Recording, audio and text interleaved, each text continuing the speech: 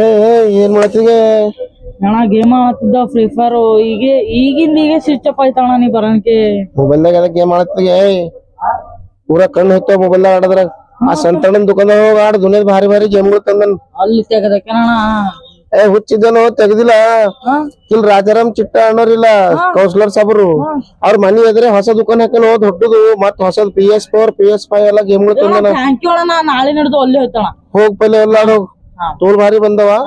ದೊಡ್ಡ ಟಿವಿಯಾಗ B game ಮಾಡಿದ್ರೆ ಚಂದ ಕಾಣಿಸ್ತದ.